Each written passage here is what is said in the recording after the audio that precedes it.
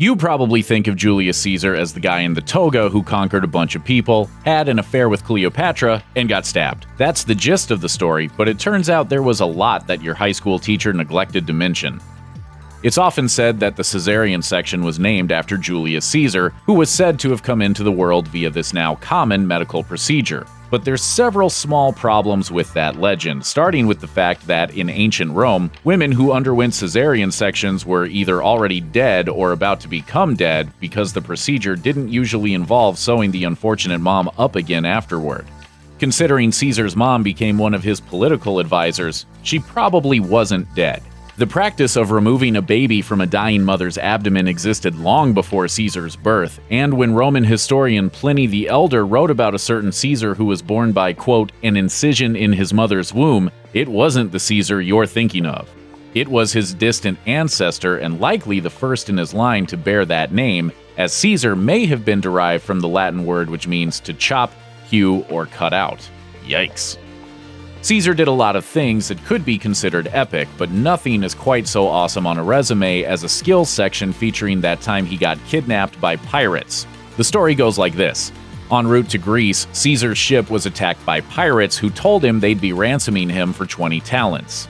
Caesar was appalled, not because he was being held for ransom, but because he was being ransomed so cheaply. The pirates were probably confused, but went ahead and raised the ransom. They were evidently very polite pirates. They treated Caesar well and laughed when he joked that someday he would hunt them down and have them all crucified. Oh, good times.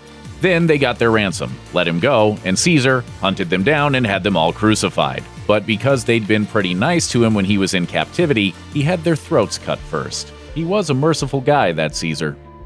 Before Caesar, the calendar was a mess. It was based on lunar months, and 12 lunar months equaled 355 days. The Romans tried to make up for the other 10 days by adding random days here and there, but the whole process was really imprecise, and the calendar was so messed up, by the time Caesar came along, January wasn't actually a winter month anymore. Caesar was annoyed, so after consulting with Egyptian astronomers, he decided to add 67 days to the current year to bring the months back in line, and then make a standard year 365.25 days long, which was the birth of leap year. Caesar then named July after himself, and a few years later his adopted son Octavian took the name Augustus and eventually named August after himself, which was cool, except that meant September, which means 7, became the 9th month, and October, which means 8, became the 10th month.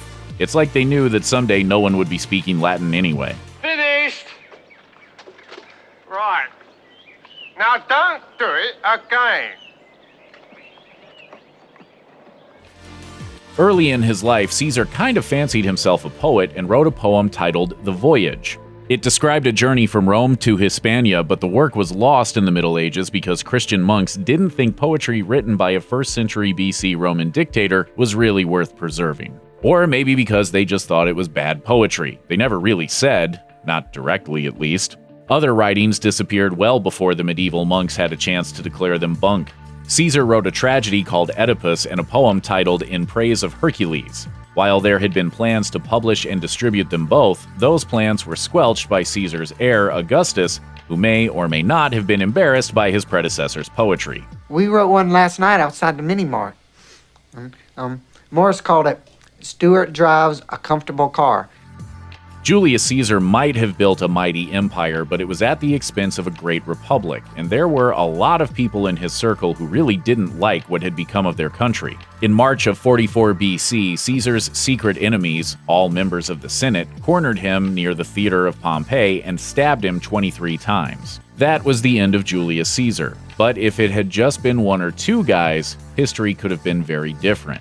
Roman citizens were all dying to know just how the assassination went down, and that's probably why we have a detailed record of Julius Caesar's autopsy, the very first report of its kind known to history.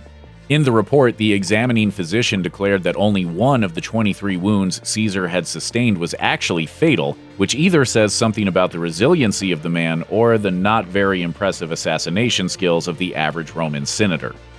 We modern people love to imagine that somewhere in our veins runs the blood of a famous leader like Charlemagne, Genghis Khan, or Julius Caesar. And while there is actually a not small possibility that you might be directly descended from Genghis Khan, and a legitimate possibility that you might be descended from Charlemagne, there is exactly zero chance you might be descended from Julius Caesar because he had no surviving children. His daughter Julia died in childbirth, and her baby died soon afterward. Cleopatra's son, the unfortunate Caesarion, and supposed child of Caesar, was murdered by the Emperor Augustus when he was 17, so he left no children behind either. There's a possibility that Caesar's blood might live on through some unknown illegitimate child that history did not acknowledge or remember. In fact, it's not hard to imagine that a mother might want to hide that sort of paternal information, knowing it could put her child's life in danger. On the other hand, no one came forward claiming to be the child of Julius Caesar later in life either. Since he was cremated, there's no bones to test and, well, basically no way of tracing his lineage, even if it did exist. That's a total bummer.